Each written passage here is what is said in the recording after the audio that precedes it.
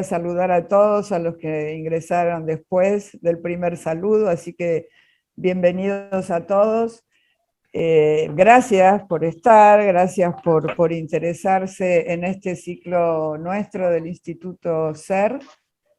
El primer pedido que hice a los primeros que entraron es que, por favor, en sus pantallas pongan nombre y apellido con que se han inscrito. Quien no sabe hacerlo, repito, posicionando el cursor sobre su propia pantalla, les van a aparecer arriba a la derecha 3 puntitos, y haciendo clic sobre esos 3 puntitos, una opción que va a decir renombrar o cambiar nombre, y haciendo clic ahí pueden hacerlo. Escribir su nombre, apellido, y de ese modo todos nos conocemos, y así sabemos también quiénes han podido participar de todos los inscriptos. Hemos tenido muy buena repercusión. Tenemos 13 distritos representados, así que Buenos Aires, Cava y 11 provincias más, representantes de 11 provincias más, así que lo bueno del Zoom es esto. A lo mejor no nos vemos cara a cara, pero nos permite llegar a muchos rincones del país que de otra manera sería imposible. Les aclaro que la reunión seguramente les apareció un mensaje, se está grabando. Esta es la primera charla de un ciclo que estamos organizando con personalidades realmente muy interesantes y muy importantes. Y le pusimos este título de Desafíos para sanar la República, porque, bueno, creemos que estamos en un momento, no, realmente no, sería redundante decir que es un momento muy difícil para todos, pero bueno, creo que es el momento en que depende de todos nosotros esto de no recuperar, porque la República está, pero hay que sanarla, hay que curarla, herida por muchas partes, sobre todo en la cuestión institucional. Y bueno, vamos a ver si, yo ponía la otra vez, si podemos parar para pensar. Todos los días nos atacan cosas nuevas, y bueno, es necesario a veces correrse un poquitito de lo cotidiano y poder parar un minuto y pensar juntos, sobre todo pensar juntos. Así que bueno, está presente, ustedes saben que el Instituto SER es un instituto que se desprende del movimiento social, no se desprende, es parte del Movimiento Social por la República, un partido que hemos fundado allá por 2013, empezamos, que tiene reconocimiento de la justicia electoral como partido de distrito, fundado por 5 locos que dijimos, bueno, si queremos cambiar tenemos que tener un partido. Entre ellos estaba Toti Flores y Jorge Lazarte, que está acá presente, que seguramente querrá saludarlos, que es el actual presidente del Movimiento Social por la República. Jorge, si querés. Bueno, hola, buenos días.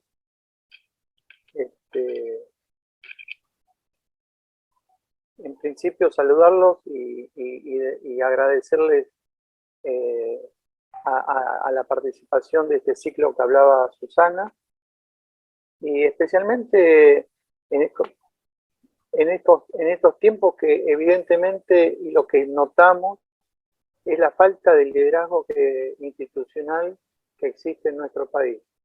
Tenemos la figura del presidente absolutamente devaluada, que está saliendo a hacer de alguna manera campaña, y la vicepresidenta que está preocupada por sus cosas personales, y que da la sensación que el que está gobernando es un ministro que conforma parte de la alianza gobernante.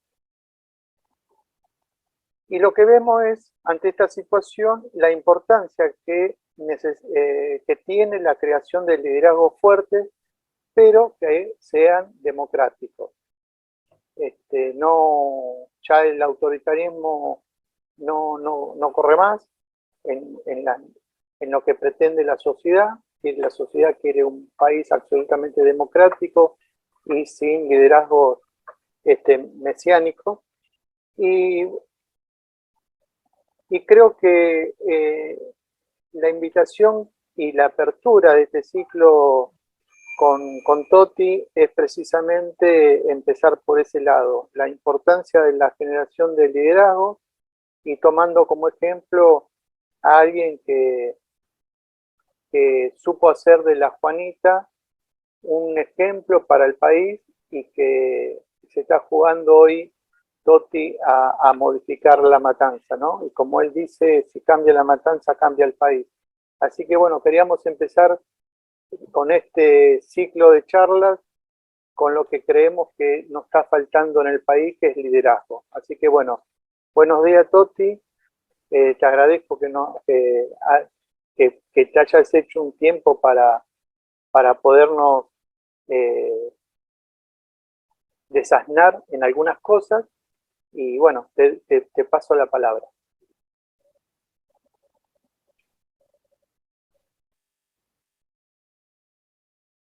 Buenos días a todos y todas.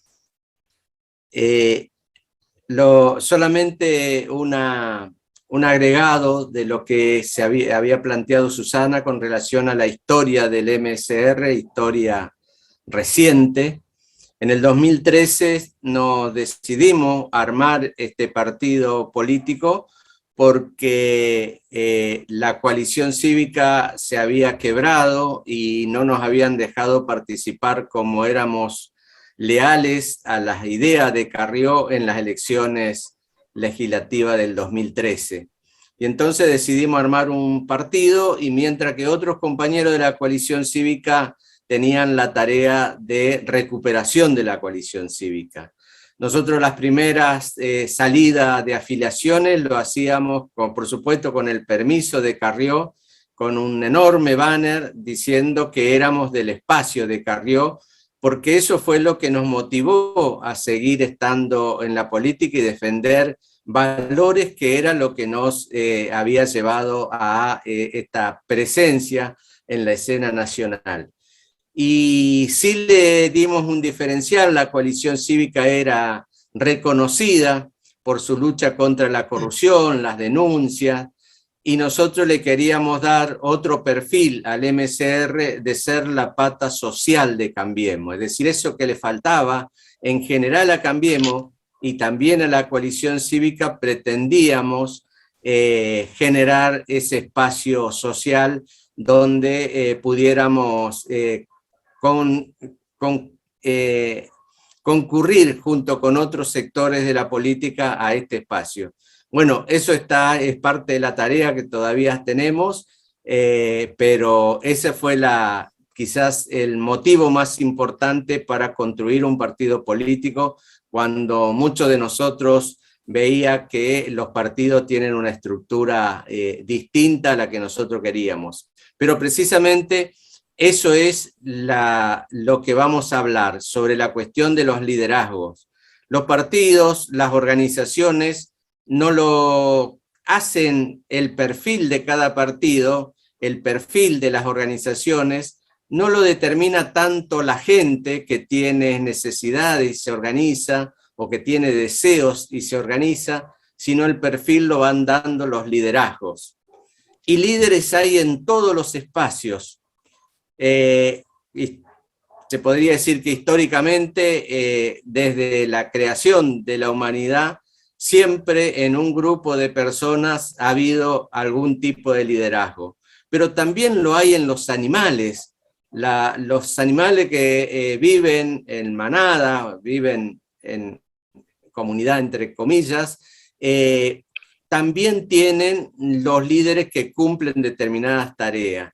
Y el liderazgo se define fundamentalmente por las tareas que se realizan. Uno es líder de determinadas tareas. Cuando hablamos de liderazgo, hablamos quién dirige la tarea que en ese momento el colectivo se propone hacer. Y las formas son diversas. Y también en ese sentido, creo que esas formas diversas es lo que ha hecho que en las últimas décadas en la Argentina surgieran organizaciones que los liderazgos están sustentados en valores. Valores que hacen no solamente lo que se declama, sino las conductas que se llevan a la vida cotidiana, esos valores como parte de ese liderazgo que le da la marca a la organización social. Hace algunos años, en el 2009, se editó un libro que lo organizó la Fundación Inicia, que se llama Nuevos Liderazgos. Y después de hacer una encuesta con más de 100 y pico de organizaciones de la sociedad civil, se llegó a la conclusión que los liderazgos estaban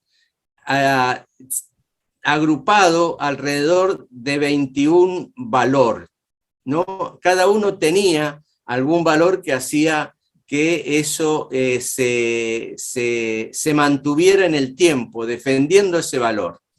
Y son diversos.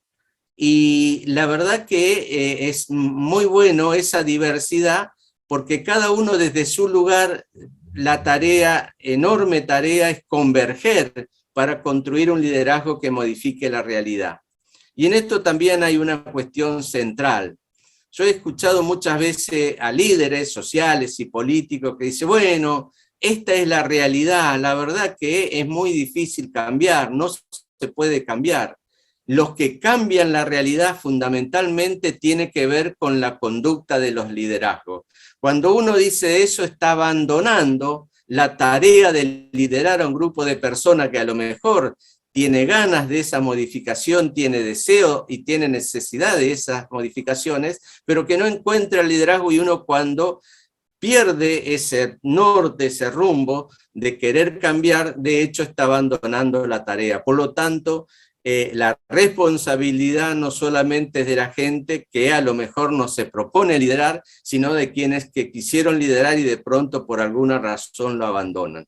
Por lo tanto, no hay posibilidad de transformaciones si no hay construcción de liderazgo. Y los liderazgos en los grupos, desde la psicología social, porque también es muy difícil saber desde dónde abordamos, yo lo voy a abordar desde el tema social fundamentalmente, pero también desde la psicología social. Hay liderazgos buenos, hay liderazgos malos.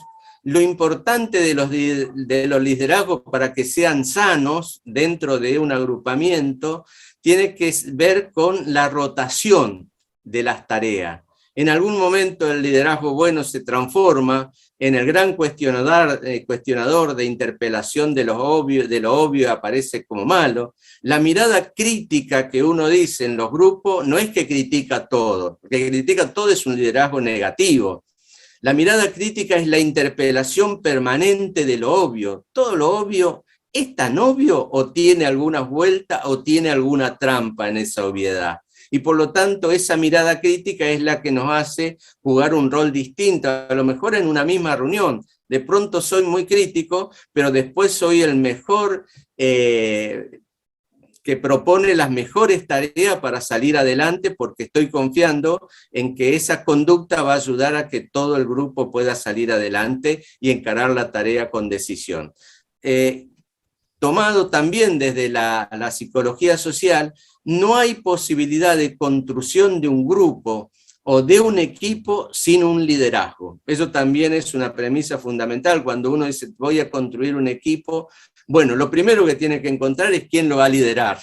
Si no hay liderazgo, no hay equipo. No hay equipo horizontal, porque eso se termina solamente en asambleas y en discusiones que nos llevan a la tarea que modifique la realidad, porque la tarea es la que modifica la realidad, no es solamente el debate. Por eso los partidos políticos en general tienen procesos, por ejemplo, donde el primer momento es de buscar y de mucha discusión y mucho debate para encontrar un perfil, hacer el programa y a partir de ahí construir para salir a construir un partido político.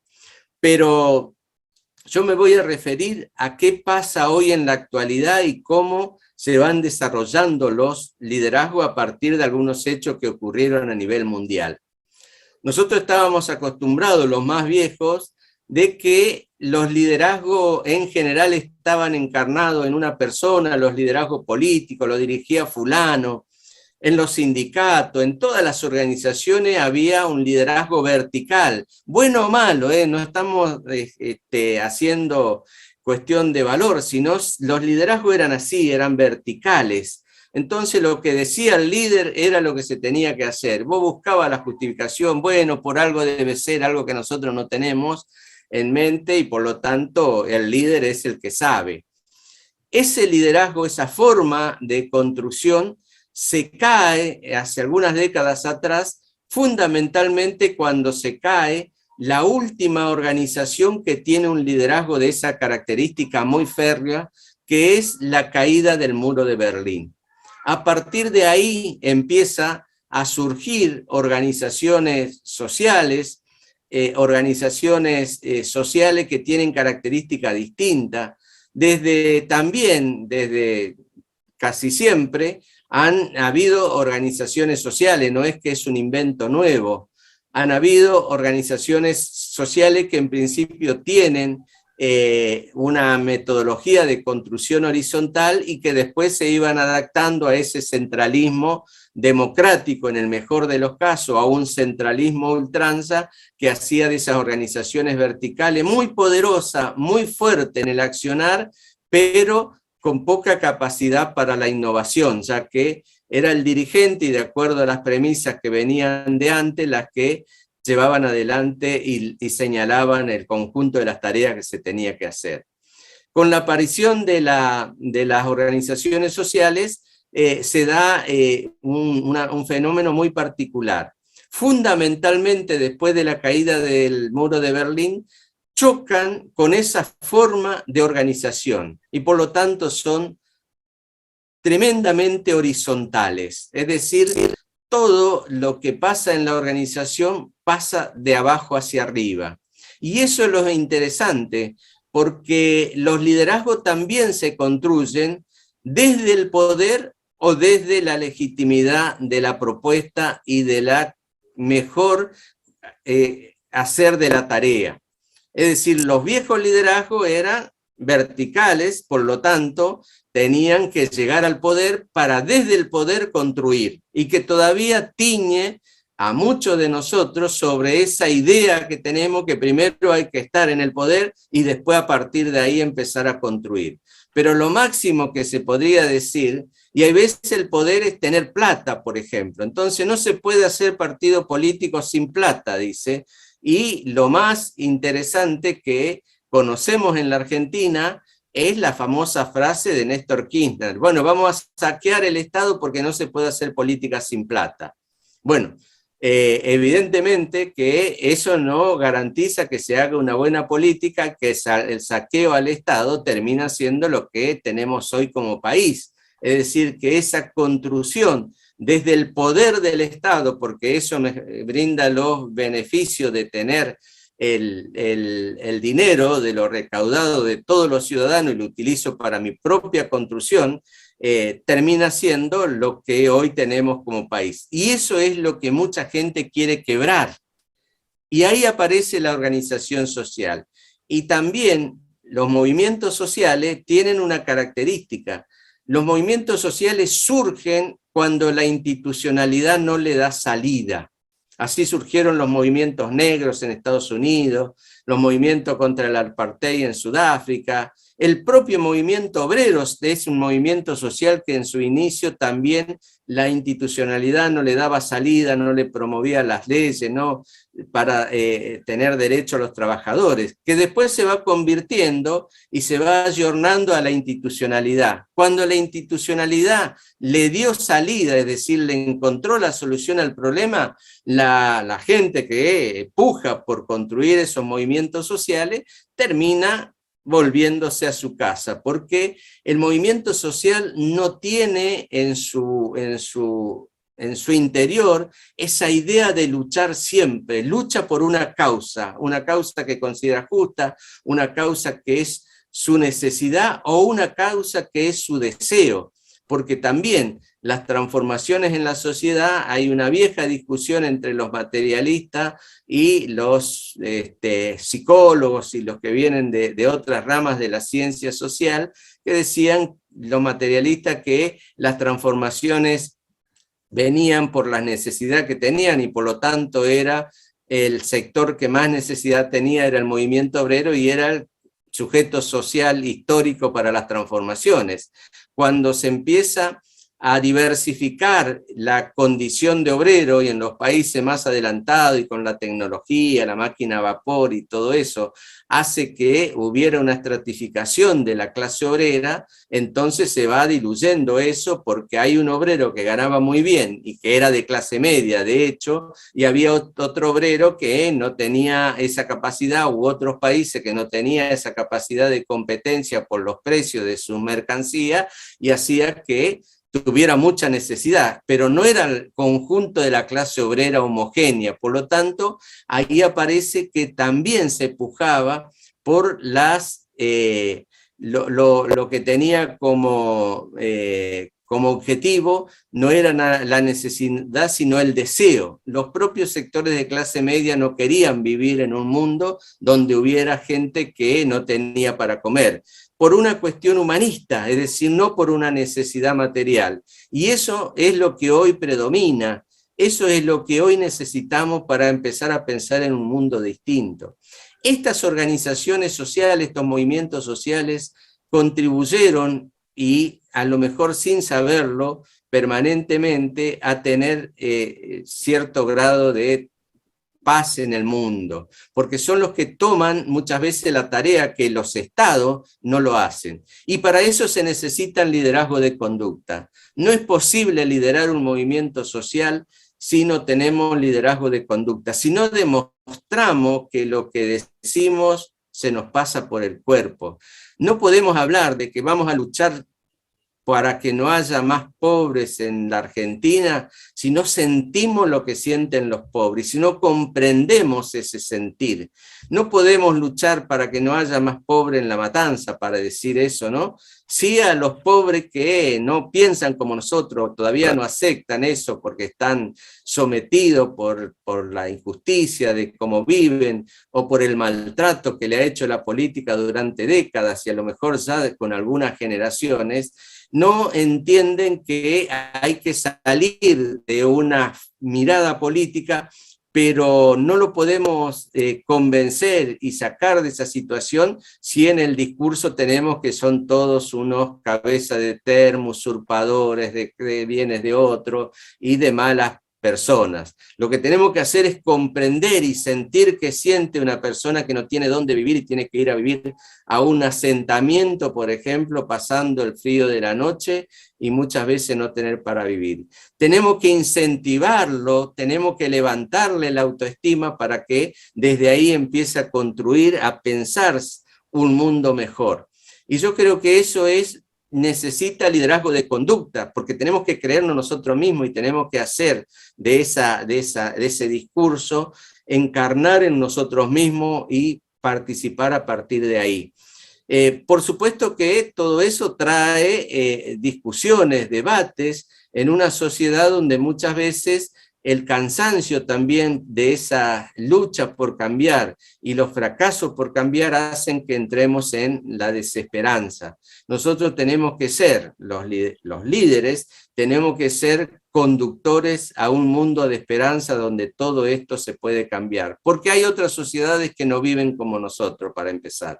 Y porque también objetivamente, si uno recorre nuestro país, encuentra enormes, pero enormes, posibilidades desde la naturaleza para avanzar en esto. Y tenemos que liderar. ¿Qué quiere decir liderar? Que hay veces nos tenemos que oponer a las mayorías. Liderar es pararte en un lugar, defender valores valores y principios y no estar fijándote qué dicen las encuestas para decir lo que las encuestas nos dicen que vamos a quedar bien con la mayoría de la gente. En ese sentido, nuestra historia, ¿no?, de lucha por valores está representada en lo que hemos hecho. Desde el 2013 en adelante como MCR, pero nuestros antecedentes anteriores, como decía Jorge Lasarte, en el caso nuestro, en La Juanita, cuando decidimos rechazar los planes sociales, cuando la mayoría de los políticos lo tenían como la única propuesta y como si fuera una bolsa de caramelo lo ofrecían en los barrios. Aceptá esto, muchas veces la gente no quería saber nada con eso, pero de última la necesidad lo fue llevando a eso. Nosotros conocemos el proceso y sentimos el proceso y por qué le decimos que tienen que salir. Eran personas que a lo mejor no entendían esta cuestión de la libertad o de la rebeldía que teníamos nosotros y de la importancia que tenía para salir. Ahora, yo siempre le digo, y le decía con absoluta sinceridad, muchas cosas de las que hacíamos en La Juanita, si nosotros, más, nos aconsejaban algunos cientistas sociales que venían a acompañarnos, ¿por qué no hacen una asamblea y le preguntan a la gente qué es lo que más quieren? Y nosotros decíamos, sí, hacemos una asamblea en el barrio, allá por el 2001, y le preguntamos a la gente va a votar que quiere planes sociales, porque no había otra alternativa, pero nosotros nos teníamos que mantener ahí, aunque sea una minoría, tremenda minoría, porque creíamos que por ahí venía la salida de la pobreza. 20 años después, no hay ninguna duda que los planes sociales no son la salida para salir de la pobreza y hoy está en debate. Bueno, eso es lo que digo cuando uno habla de liderazgo para transformar la realidad.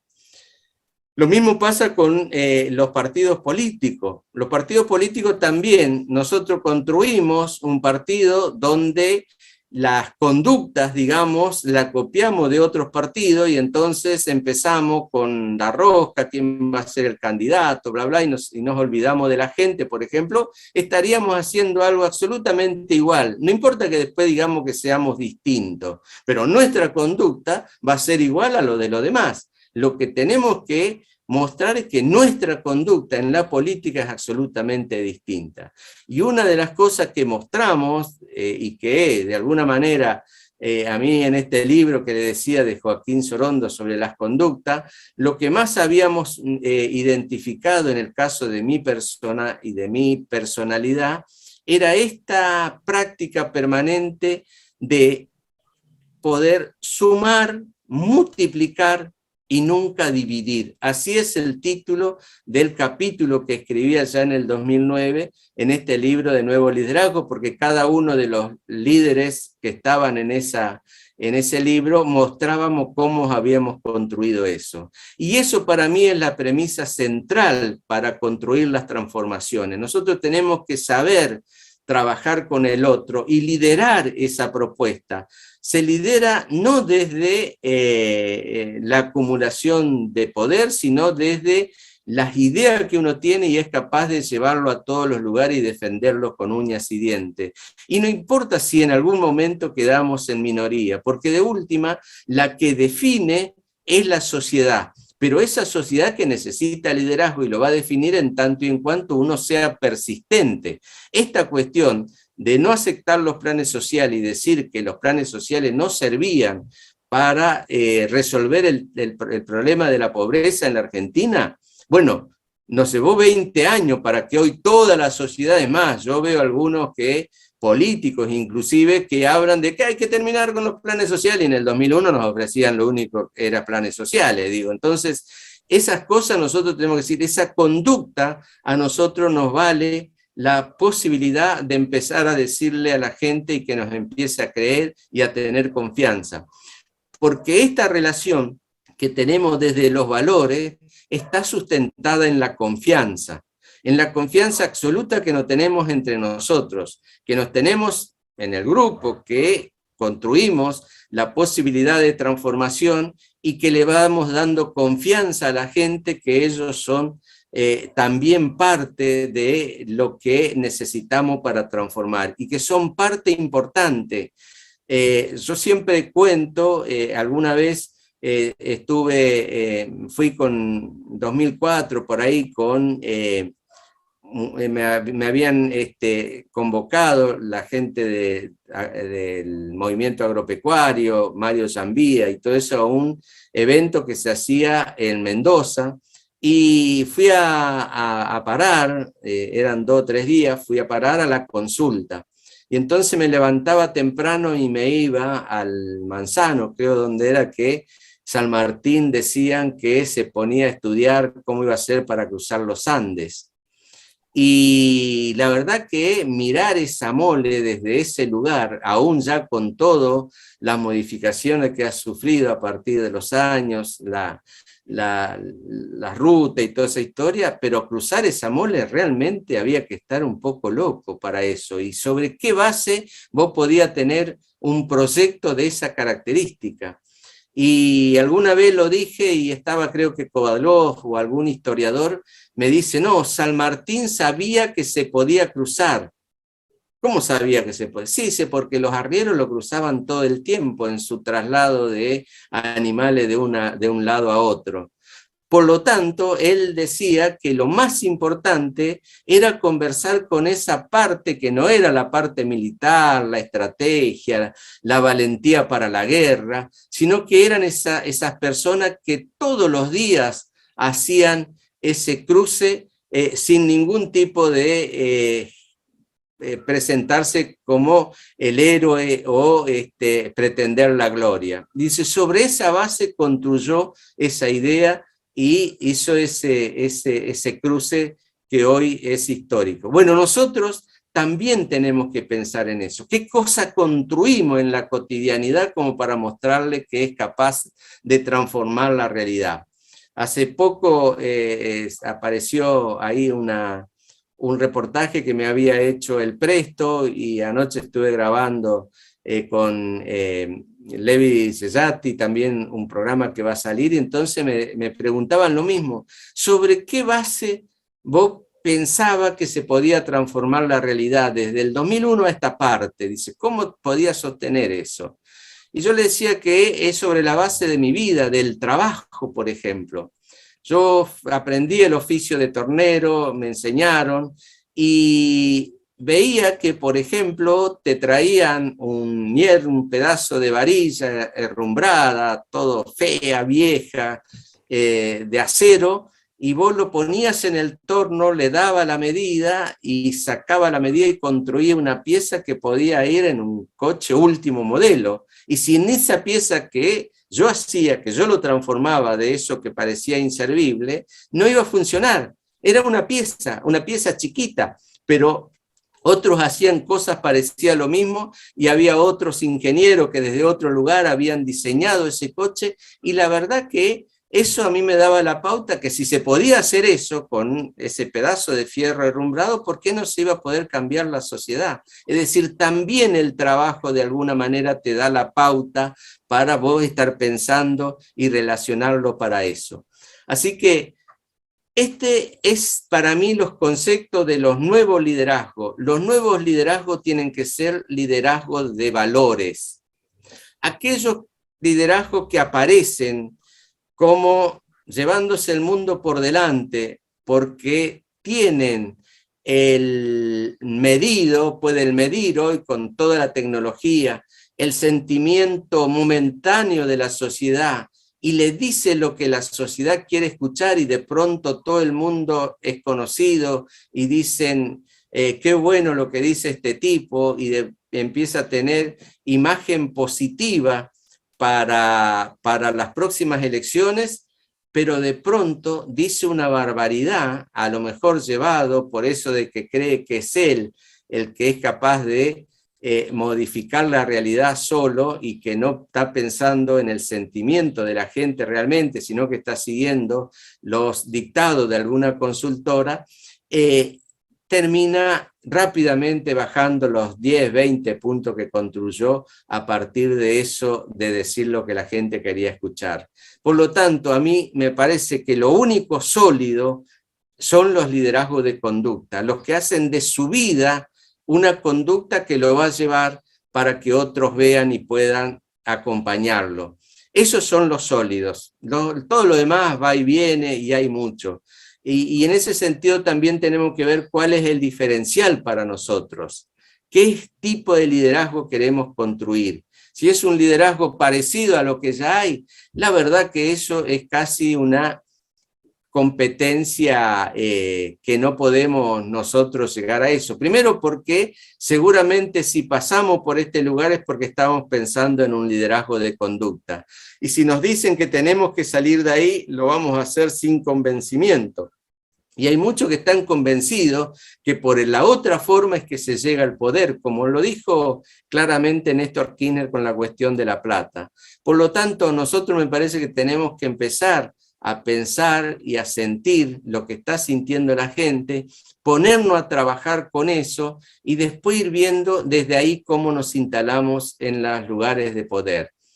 Mire, yo en el 2009 escribí, y le voy a leer porque estuve releyendo este libro, Nuevo Liderazgo, lo que había escrito, y que a mí me parece que es mi conducta, que hay veces cuestionada por mis propios compañeros, cuando no lucho por un cargo, porque dejo y no peleo por eso, y me preguntan cuál ha sido mis cambios y toda esta cuestión. Yo creía que desde un sistema político era el que iba a llevar a los trabajadores a vivir en libertad y tener la oportunidad de gestionar sin perder valores y principios, decía yo, ¿no? Pero, ¿cuál fue mi aprendizaje más importante cuando entro a la política? Y yo decía, escribía en el libro, que venía de todo este proceso que recién le estuve contando, y que por esta razón, muchos años después, mi actividad en la Cámara de Diputados es una tarea que tiene que ver más con un posicionamiento en el poder o un cambio sustancial en mi condición social, con una auténtica vocación de servicio. Llegué al Congreso para servir mejor a la gente. Este es mi gran desafío. Por eso siempre digo que lo más importante de la política no es entrar, sino poder salir. Quiero seguir siendo la persona que alguna vez transitó las rutas junto a sus compañeros en la lucha, pero dejando en claro que no lo hizo solo con la idea de hacer quilombo, sino como una forma de dar visibilidad a un problema y poniéndose a trabajar para solucionarlo. Mi idea rectora es la defensa de la cultura del trabajo a través de la educación y el ejemplo. Asumo el riesgo de que algunos digan que el trabajo ya no es importante, pero es fundamental demostrarle a los pibes que es lo único que puede transformar la realidad.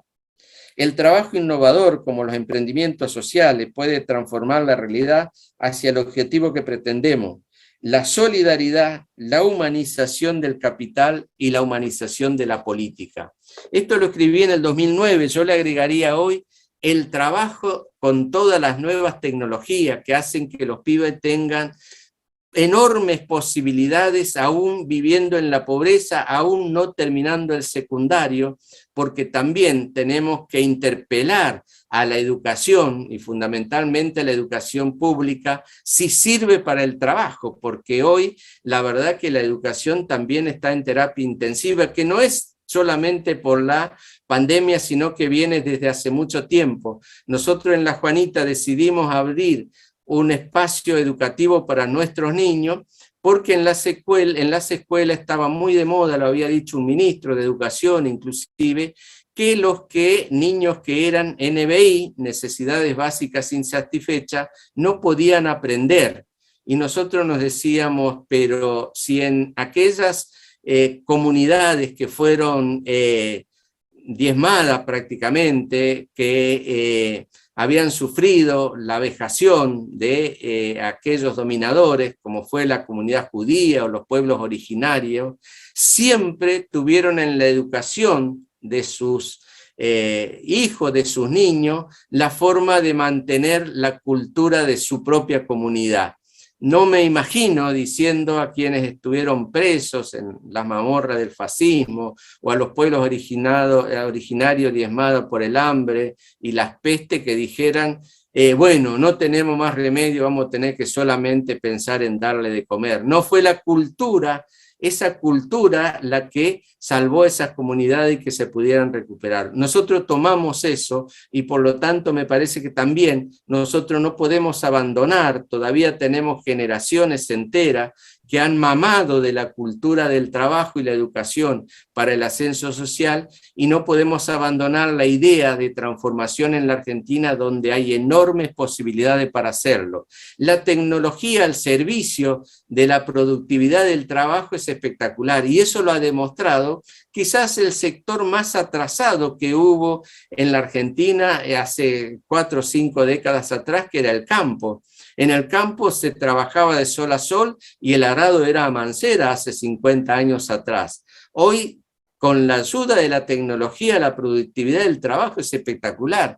Allá también por el 2008, cuando el conflicto agropecuario, yo empecé a ir a los establecimientos donde me invitaban a estar en un arado,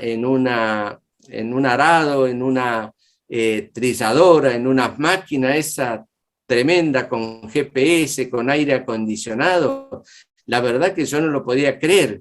Y la productividad del trabajo era espectacular, no solamente en el campo, sino todo lo que significaba poder construir esas máquinas, el trabajo que significaba para los metalúrgicos, para aquellos que tenían que hacer esas máquinas. Es decir, que la tecnología no necesariamente tiene que generar desocupación, cambia la modalidad y cambia a lo mejor los sectores donde hay que ir, pero eso permitía, yo le decía a los que me llevaban generalmente y a los vecinos cuando volvía, la verdad que dormir en esas cosechadoras, estar las 24 horas en esa cosechadora era estar mejor que en mi casa, aire acondicionado, televisión, GPS, todo, te decía cuándo iba a llover, todas esas cosas. Y lo mismo hoy está pasando en muchas áreas con la cuestión de los servicios digitales. Bueno, nosotros tenemos que ver esas cuestiones de innovación. Y acá hay una cuestión que es central, y tenemos que ver y asumir el liderazgo para poner la cara, que hay que cambiar algunas cosas, por ejemplo, lo de las leyes laborales. Y no me volví de derecha y toda esa historia que pueden decirme porque digo esto. Digo, hay que trabajar para que los nuevos trabajadores tengan regímenes especiales, estos que están en el potenciar trabajo, los jóvenes que están buscando aprender un oficio, tengan un régimen especial para que las empresas con el Estado asuman la curva de aprendizaje, para que ellos vayan teniendo conocimiento de lo que significa trabajar en una empresa. Y que ese régimen especial sean para ellos, no para los trabajadores que ya están.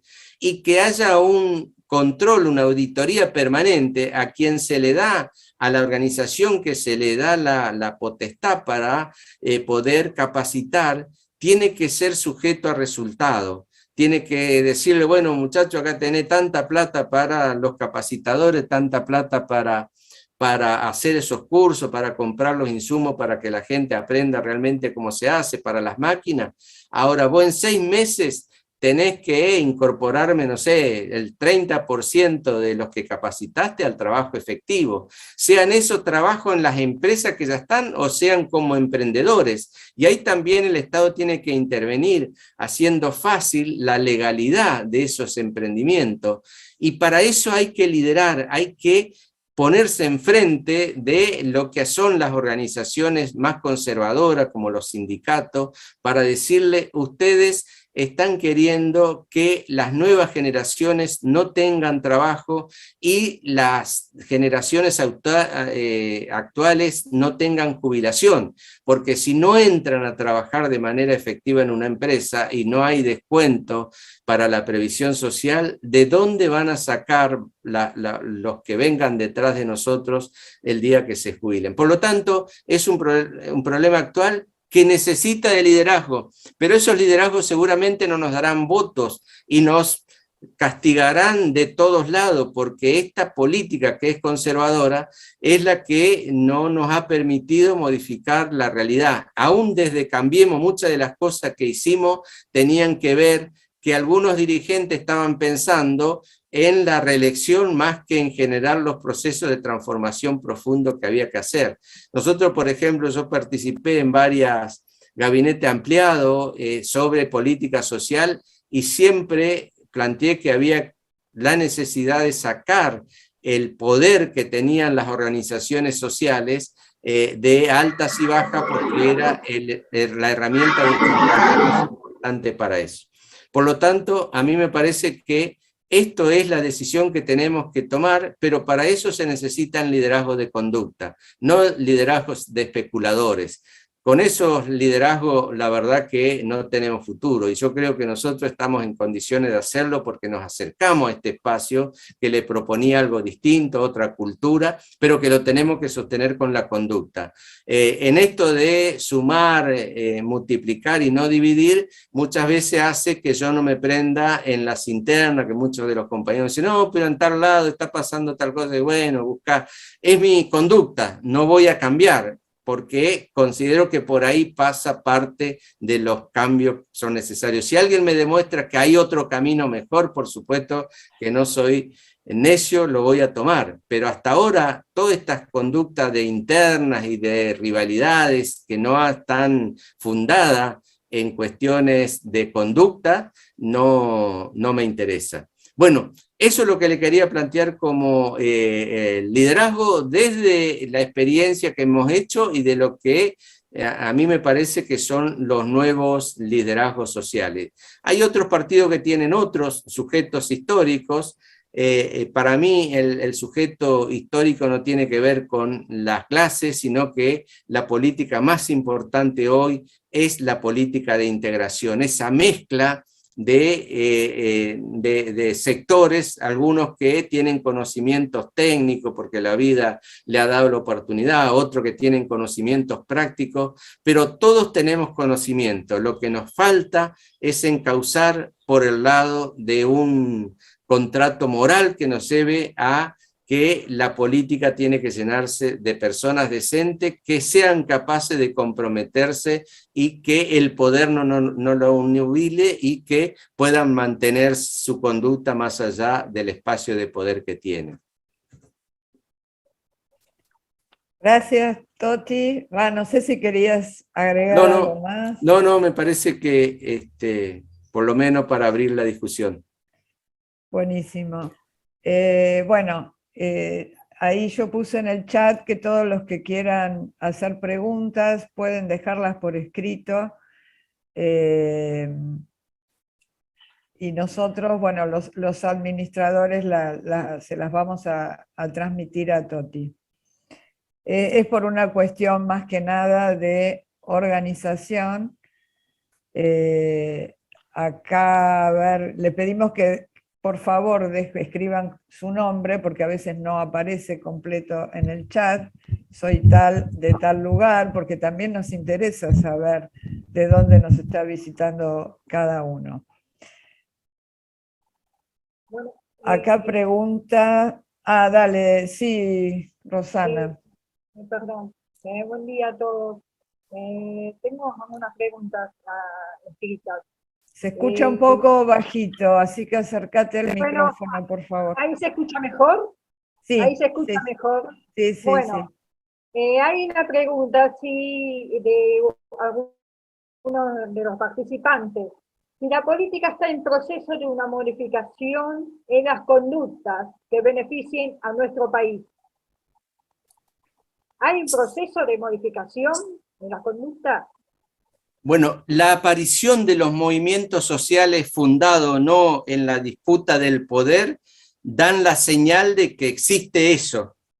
La propia creación de Cambiemos es parte de ese proceso. No acabado como todas las cosas que se inician, digamos, pero que es la señal de que algo está queriendo cambiar en la sociedad. Porque Cambiemos no surge de algún dirigente que se apropió de las movilizaciones del 2012, del 2013, como se pretendió decir, y muchas veces los politólogos y los periodistas que trabajan con categorías viejas, digamos, para una nueva situación que nosotros lo empezamos a develar, tenían solamente eso, qué sé yo. Massa era el que paró la reelección de Cristina, entonces el 1.000.000 de personas del 8N, del 13S, no valió nada. lo que pasó realmente fue que la gente salió a la calle cuando empezó a ver que sus valores que sostenía estaban en peligro. Y salió y generó todos estos procesos. En el 2013, precisamente, nosotros hicimos una reunión, nunca me voy a olvidar, en La Juanita con Lilita Carrió, que había ganado con UNEM, fíjese la diferencia ideológica, si quieren, en la capital federal, pero por un amplio margen, que llevó también a ganar a senador. Y la verdad que ahí nos planteó la necesidad de unificar con la gente del PRO y nos dio la tarea de salir a conversar en la provincia de Buenos Aires con todos aquellos concejales y dirigentes del PRO que estuvieran en la misma sintonía de agrandar eso para poder gobernar. Y empezamos a hacerlo y vimos, y luego se juntaron estos tres dirigentes, Carrió, Mauricio Macri y Sanz, y armaron Cambiemos, con muchas dificultades porque tuvieron que dejar cosas, pero ese fue el inicio. Lo que pasó fue que muchos no creían que se podían ganar, y entonces no nos preparamos para poder ganar. Y hubo que entrar casi a las apuradas en muchos lugares, en la provincia de Buenos Aires fundamentalmente, donde no había equipo, no había gente, y se tuvo que trabajar con lo que había. Y en ese sentido, el liderazgo fue flojo. No se construyó poder territorial de antemano, para poder en el momento en que vos tenés la posibilidad de transformación, haya gente que te lo defienda. Hubo políticas interesantes, por ejemplo, las sociedades anónimas simplificadas, que era la facilitación para aquellos monotributistas que tenían un taller de costura, un taller mecánico, o cualquier otro trabajo así de poco volumen, pudieran instalarse legalmente y por lo tanto asociarse y comercializar con otros más grandes que necesitaban legalidad, que no querían el trabajo en negro. Qué sé yo, los talleres de costura que estaban en negro eran los que trabajaban solamente para la salada, con, la verdad que con poquísimo valor agregado, lo que hacía que se ganara muy poco. Pero esa cultura de la marginalidad es la que había que romper con medidas importantes. Y una de esas fue las sociedades anónimas simplificadas. Porque algo hubo que lavaron dinero, no sé qué pasó. Las sociedades anónimas simplificadas con el gobierno de Alberto fue lo primero que se eliminó. Y no hubo defensa, ni siquiera de nosotros, digo, la defensa de una medida que realmente impactaba sobre el emprendedurismo para empezar a generar una economía popular para que no sea solamente para los pobres, que no sea de pobre para pobre, sino que sea de lo popular para generar posibilidades. Yo tomo el ejemplo de esto que te hablan de la economía popular muchas veces, pero te dicen de que hay que generar procesos para la alimentación, por ejemplo, trayendo directamente a alguna organización social, generando una feria, qué sé yo, para vender frutas y verduras del mercado central. Y vienen a los barrios con todas esas frutas y verduras más baratas, con lo cual joden bastante a los verdureros que a lo mejor hace 10 años que están pedaleando para sostener su negocio. Pero lo traen en camiones, qué sé yo, no se cobra el flete porque son todos del Estado, pero investigando con los productores del mercado central nos dicen, claro, lo que pasa es que ellos llevan frutas y verduras que ya no son aptas para la comercialización. ¿Qué quiere decir esto? No es que están podridas ya, pero que ya están 3 o 4 días en el mercado central y que ya tienen plazo definitivo que no van a ser de buena calidad, a lo mejor le tiene de vida 3 o 4 días, por lo tanto venden barato porque lo tienen que sacarse de encima eso, y eso no es la economía popular que realmente permite que la gente más pobre también consuma mercadería de calidad como lo deberían hacer otras clases sociales. ¿Por qué? Porque si nos acostumbramos a eso, siempre vamos a tener la injusticia delante de nosotros mismos y no vamos a aspirar a comer una fruta como corresponde, como muchos de los que a veces andamos por el centro de la capital y vemos esa verdulería. La verdad que quisiera comer esas manzanas que son brillantes y que las veces que he tenido la oportunidad de comprarme una, tienen otro sabor, no esta que ya se están pudriendo, ¿no? Bueno, eso me parece que es importante para esto que me planteabas. Gracias, Toti. Otra pregunta. Pregunta si la educación hay conocimiento de que haya una reforma, una transformación urgente con el tema de la currícula. Y esto está relacionado con otra pregunta, si en la educación va a haber un desarrollo de nuevas habilidades en la currícula para la práctica de las competencias, para ser gestores democráticos, ¿no?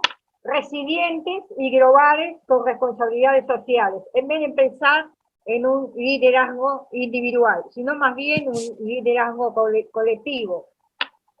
Mira, yo no tengo ninguna duda que la educación, lo primero que tenemos que dar, el Estado le tiene que dar prioridad a la educación. No puede ser que un servicio tan esencial para el desarrollo de los países y fundamentalmente para el desarrollo que va a tener en años venideros, hoy sea como un trabajo más. A partir de que, la otra vez me decía alguien, y yo lo repito, la verdad que el gran privatizador de la escuela pública en la provincia de Buenos Aires fue Baradel, porque la gente, aún aquellos que no son pudientes, mandan a la escuela privada a sus hijos, a aquellas familias que realmente quieren que sus hijos estudien, preparándolo para una vida distinta a la que tienen. Que eso antes lo hacíamos en la escuela pública, pero cuando se tomó que era como un trabajo más, se liquidó el tema de la educación. Y después, con relación a las currículas, yo creo que sí, que tiene que estar relacionado con el tipo de país que queremos. Si nosotros queremos un país de recuperación de los valores y empezar a tener una resistencia moral para empezar a construir este país distinto, en la escuela también tiene que expresarse eso. Lo mismo que en la cuestión de la educación para el trabajo. Tiene que haber posibilidades de escuela que trabajen la cuestión técnica. Qué sé yo, hace un par de meses atrás hicimos una reunión en la Juanita de Emprendedores y no creo que fue el 9 de julio, que vino un chico que había estudiado en la escuela de Mercedes-Benz con unas patinetas de acrílico, qué sé yo, que lo diseñaba él, que lo hacía, él hizo la máquina. Ese tipo de educación queremos, y este muchacho era muy bien educado, no tuvo que ir a la universidad, sino que con ese tipo de educación ya estaba preparado para salir al mundo y pelearle a la vida. Y yo creo que eso tiene que ser la educación que necesitamos. Y partir de la necesidad de tener un proyecto de país. Lo primero que tiene que haber es qué tipo de proyecto de país queremos. Queremos un país donde la cuestión de la industria, de los bienes de consumo masivo solamente sean lo que va a dinamizar la economía, una industria de solamente el alimento, o tenemos que meternos en lo que hoy es punta en el mundo, que es la economía del conocimiento, por ejemplo. Bueno, toda esa idea de país es lo que nos tiene que también ser, pensar la educación que necesitamos para las próximas generaciones. Toti, vamos a cerrar con una pregunta que muchos se hacen. ¿El liderazgo se hace o se nace? No, yo creo que el liderazgo se hace, y acá viene la vieja discusión que le planteaba también, muchas veces por necesidad, en el caso nuestro, y hay veces por deseo. Te encontrás con situaciones donde los liderazgos van surgiendo porque en los grupos hay momentos que uno lidera y otro obedece, para decir, y hay veces van cambiando de acuerdo a las tareas. Lo importante es que una vez que vos te descubriste que podés aportar del rol de liderazgo, lo hagas. Tome la decisión de hacerlo, no quedarte en el compromiso fácil de decir, bueno, yo acompaño. Acá los que acompañan está bien y necesitamos mucho que acompañen, pero los que cambian el rumbo de verdad son los liderazgos, para bien o para mal. Cuando nosotros hablamos de lo que está pasando en nuestro país y criticamos a toda la clase política, tenemos que decirnos también qué nos pasó a nosotros, que no asumimos esa responsabilidad. ¿Por qué lo dejamos hacer a los otros? ¿Qué sé yo? A mí me preguntan cada 6 meses, por ejemplo, cuando vienen los índices de desocupación o de pobreza que sale, siempre me preguntan, ¿y ustedes no tienen responsabilidades? Y claro que sí, que me duele.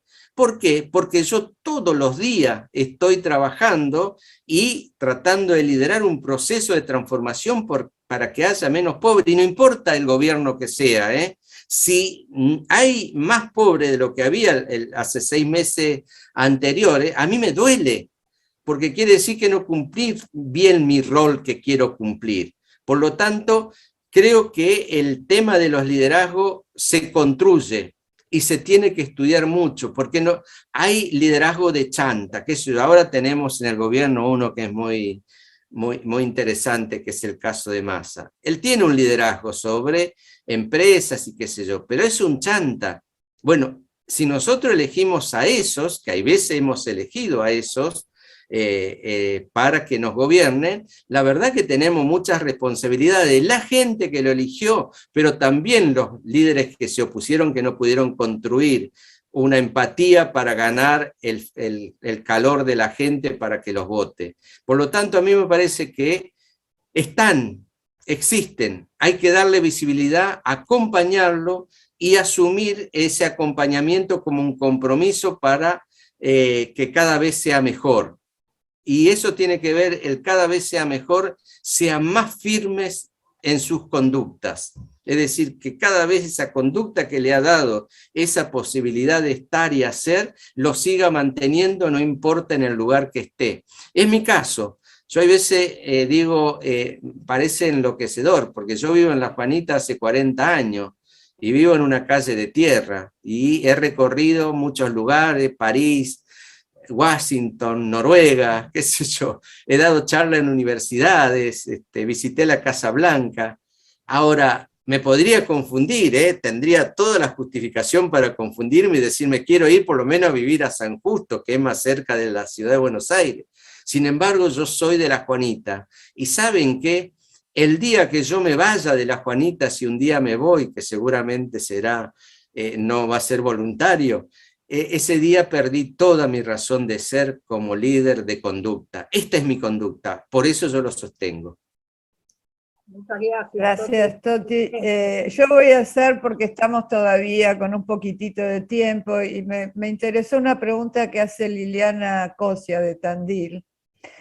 La voy a leer tal cual. Dice, ¿qué pensás sobre que es también importante el accionar de la justicia, el Poder Judicial, para que se depure la política de personajes enquistados y que solo han tenido ambiciones personales?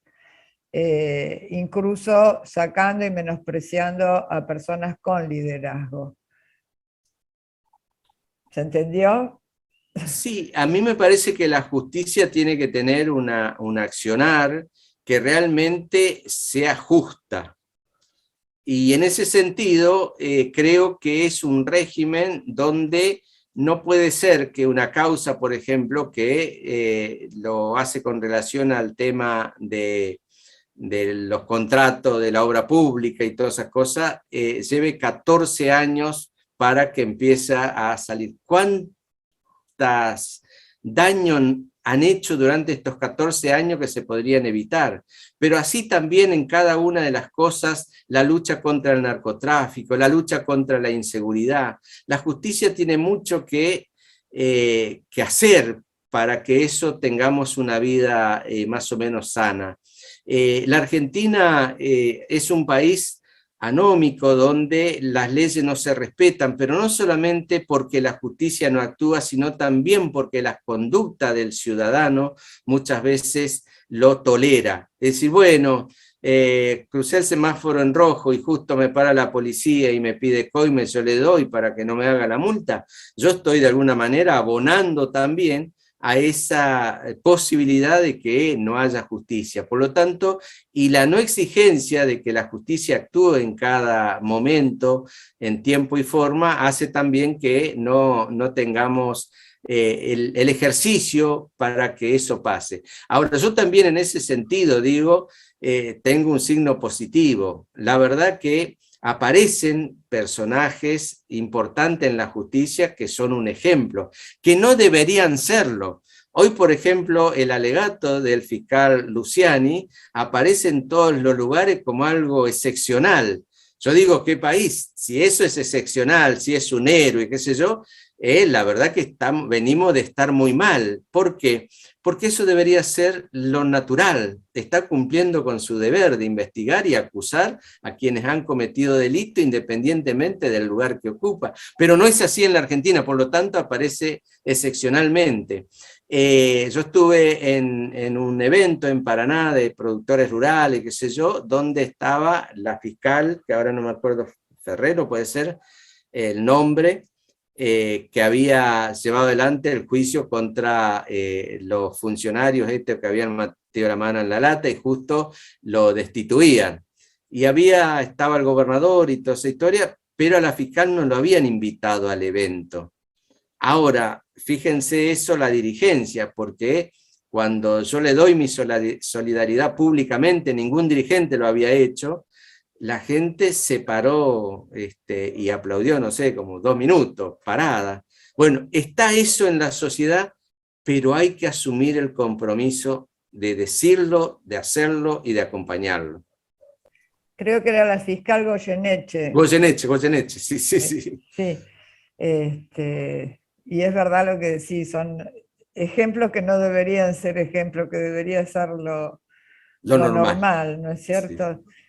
Hago otra pregunta sin nombre. Dice, en los últimos 40 años el deterioro fue constante en la sociedad argentina. ¿En qué porcentaje cree que los políticos son responsables de esa situación?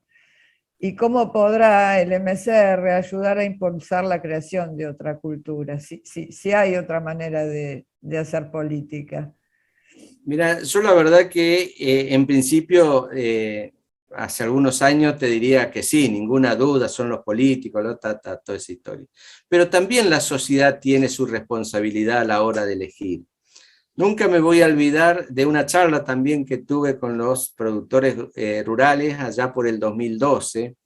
Resulta que nosotros, desde la coalición cívica, acompañamos con una propuesta de dejar en paz al campo, acompañamos las movilizaciones en contra de la 125, fuimos a cada asamblea que nos invitaron, recorriendo la ruta, kilómetros y kilómetros, llegando a las 3 de la mañana en un piquete que había en la ruta, hablando con la gente, cuidando de que no hubiera violencia, toda esa historia hicimos con los de la coalición cívica y fundamentalmente con Carrió a la cabeza, que permanentemente estuvo en eso. Y llegó el 2011 y donde Carrió se presenta candidato a presidente y yo candidato a senador por la provincia de Buenos Aires en las elecciones.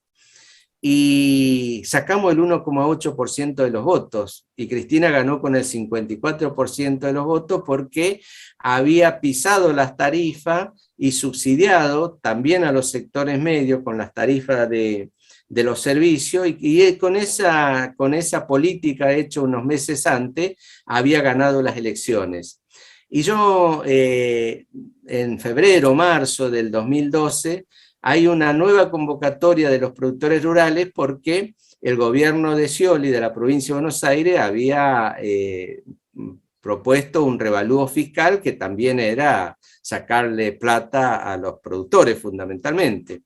Y voy a una marcha de nuevo en La Plata, y había pequeños grupos, como se hace ahí cuando vos estás esperando un acto, que lo reciban, qué sé yo, y tenían cierta culpa. Yo me reía mucho con los compañeros que fuimos, porque no era como antes, que venían, se acercaban, me saludaban, me abrazaban, qué sé yo, cuando estaban en las asambleas, sino que conversaban entre ellos y medio me saludaban, pero tímidamente. Hasta que pasó un momento y bueno, entré ahí y empecé a conversar con un grupo ahí, y de pronto sale el tema electoral de nuevo, ¿no? Y me dice un productor, dice, uy, la verdad que nosotros no hicimos fuerza para que ustedes puedan tener una mejor elección, dice, fundamentalmente a vos que nos acompañaste en todo momento y en todo lugar. Y la verdad que eso, porque a vos, la verdad que no te conocían casi nadie. Y yo le digo, no, está bien, no pasa nada, yo voy a seguir acompañando la lucha. Pero el problema de ustedes no es que no me votaron a mí porque no me conocían. El problema que ustedes se tienen que replantear es que votaron a Aníbal Fernández, un delincuente conocido y fundamentalmente por ustedes. Y por alguna razón, viste, quedaron ahí que no sabían hablar. Uno decía, sí, tenés razón, qué sé yo. Porque ese es el problema de la sociedad. No es solamente de los políticos. Los políticos hacen propuestas, pero si vos tenés una propuesta honesta, qué sé yo, que de pronto no tenés relación con los medios y toda esa historia, y te empiezan a pegar, la gente no sale a defenderte. Yo creo que en este sentido hay un cambio también ahora. Hay una resistencia moral. Yo creo que eso es lo que tenemos que empezar a desarrollar. Esa idea de resistencia moral para que no pasen los políticos que vienen a vender ballenitas de colores o a plantear cosas que después no cumplen para seguir sumiéndonos en la decadencia de la Argentina. Yo creo que esa resistencia moral ya existe. Hay que dinamizarlo y creo que ahí las organizaciones, en el caso del MCR, puede ser fundamental eso. Bueno, gracias, Toti. No sé, Rosana, si tenés... Está No, Tomás Madero levantando la mano. Lo que pasa es que le digo a Yo Tomás... estoy pasado. Exacto, por eso mismo. Así que vamos a agradecerle a Toti todo este tiempo que nos ha brindado, y la verdad realmente fue espectacular. Una charla que creo que todos aprovechamos, así que lo despedimos a Toti. Esta última pregunta, que fue también sobre la justicia, les voy adelantando que el 10 de septiembre, sábado 10, vamos a tener la charla con el doctor Daniel Sapsay, que bueno, creo que también va a ser muy rica para este tema. Y el próximo sábado, si querés, Toti, te despedimos, así no Sí. llegas tarde, y nosotros seguimos 2 minutos más y les voy Hoy tengo la contando. justificación para llegar tarde como siempre. Bueno, después Bueno, está el chao. video, así que está justificado. Gracias, Toti. Nos vemos, Toti, muchas gracias. Eh, bueno, les decía, Jorge, vos querías también hacer un saludo especial. Sí, más allá de que somos unos cuantos, pero quería agradecer muchísimo a algunos que acompañaron a la Juanita mucho, ¿no? Como Juan Peña, que anda por ahí, recién andaba en auto y ahora estaba sin cámara, y a María del Carmen Marlac, que colaboró muchísimo con el Jardín Infante y después con un proyecto de microcrédito. Y de los presentes quiero reseñar solamente en algunos, ¿no? A Delfina Meave, que es de Rural Check, y hoy creo que el tema del campo está en la palestra y que siempre están queriendo expoliar a lo que mejor produce en el país. A Juan José Agrielo, que es del Consejo Federal de Inversiones, también le agradezco haber estado presente y participando de la charla. Y especialmente, y esto sí, especialmente, quiero hacer un agradecimiento a Rubén Emilio Seida, que fue presidente del Hogar Obrero. Una persona que conoce muchísimo de lo que es el cooperativismo, y la verdad que sería bueno que algún día lo pudiéramos tener en una de las charlas contándonos de lo que fue el Hogar Obrero y nada, solamente quería por lo menos saludar a algunos de todos los que están presentes. Ahí Saída levanta la mano. Y la verdad que sé que hay personas de Tandil, de Necochea, hay de varios lugares de la provincia y de otros distritos de nuestro país. Así que bueno, te agradezco a todos y este ciclo va a ir continuando con algunos personajes muy interesantes para escucharlos y que nos pueden brindar de herramientas importantísimas para poder llevar adelante el país que deseamos y que merecemos los argentinos. Bueno. Seguida está levantando la manito y la verdad que me gustaría que le pudiéramos dar sonido o audio, Bueno, o baile. ya puede habilitar el audio, Rubén. Ahí No, se muteó de se nuevo. cortó de nuevo. Está. Hola Jorge, buen día, ¿cómo estás? Gracias por el saludo, saludo a toda la audiencia. Sí, tenemos una experiencia rica de muchos años, pero yo creo que me quiero quedar con la última frase de Totti en el sentido de la resistencia moral. Los ciudadanos que somos republicanos y por eso apoyamos al movimiento social republicano, por la República, estamos hartos de las organizaciones que copan la calle y que no cumplen con las leyes, y que hacen que los ciudadanos que sí cumplimos con las leyes nos sentimos peleles y constreñidos a lo único que podemos hacer hoy en día es que ir cada 2 años a poner una boletita en una urna para votar gente que no se sabe finalmente quiénes son y qué hacen. El ejemplo de Totti, de demostrar con los hechos lo que hay que hacer, la lucha de él por formar organizaciones sociales que puedan hacer presión sobre las instituciones de la República para volver a tener la República de nuestros fundadores, de Alberdi, es lo que nosotros queremos hacer. Así que desde ese punto de vista, bueno, te agradezco la palabra. Yo tenía la pregunta para hacérsela a Totti, pero obviamente no hubo tiempo para eso. Así que muchas gracias, contá con mi ayuda y con la ayuda del grupo que nosotros tenemos, de algunos compañeros que están acá presentes también en esta reunión, que han hecho esfuerzos por ayudar a Totti.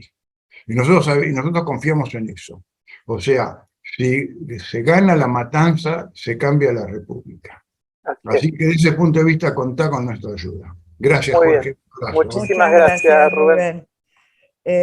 Acá también hay presentes muchas personas que están colaborando en los equipos técnicos de Totti, equipos de salud y equipo de ambiente, el equipo de economía, que bueno, gentilmente, voluntariamente se está trabajando para lo que recién decía Rubén, que es el objetivo, que es cambiar la matanza.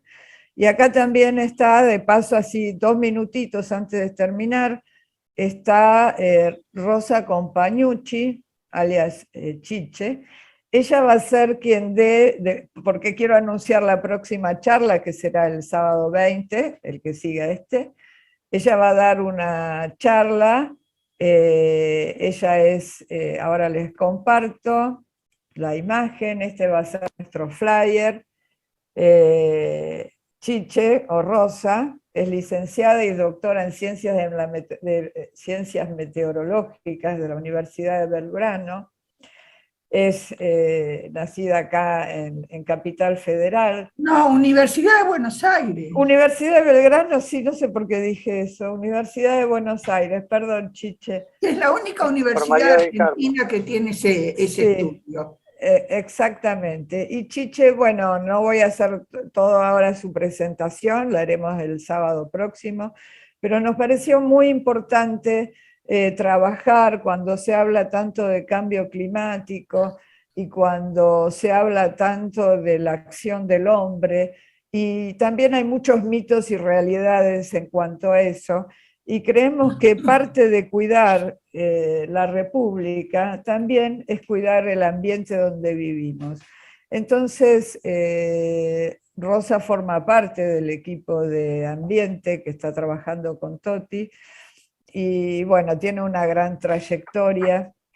Ella es parte de lo que es el grupo intergubernamental de expertos sobre el cambio climático de la ONU, en lo que se conoce como IPCC, y les cuento que ha trabajado mucho y es parte de un premio Nobel que recibió el IPCC, bueno, sobre un trabajo presentado creo que en el año 2001, y Rosa ha escrito ahí varios capítulos, que se ha hecho también destinataria de parte de este premio, así que creo que vamos a tener con ella una gran charla. Inviten a los jóvenes que están tan preocupados por el tema del ambiente, creo que van a recibir de ella, bueno, un buen aporte, un excelente aporte. Así que Rosa, nos vemos el sábado próximo. Les quiero decir algo, todos los que, ustedes al inscribirse, antes de cerrar quiero aclarar esto, al inscribirse respondieron una pregunta si querían ser considerados ya inscriptos para próximas charlas. Si respondieron que sí, cuando vean el formulario de la charla del sábado, no es necesario que se inscriban. Ya los vamos a considerar a todos para enviarles el link de ingreso. ¿De acuerdo? ¿Se entendió esto, no? Así que, bueno, los que se inscribieron poniendo que quieren ser considerados para todas las charlas, no es necesario que completen nuevamente el formulario porque van a recibir la invitación y los datos de ingreso. Así que, bueno, creo que sin nada más para agregar, solo agradecerles la presencia. Nos pueden ayudar en la difusión de este ciclo, y como decíamos al principio, tenemos grandes personalidades invitadas, convocadas, que van a participar, así que esperamos que sirva para que nos sentemos y pensemos como hoy juntos. Así que, bueno.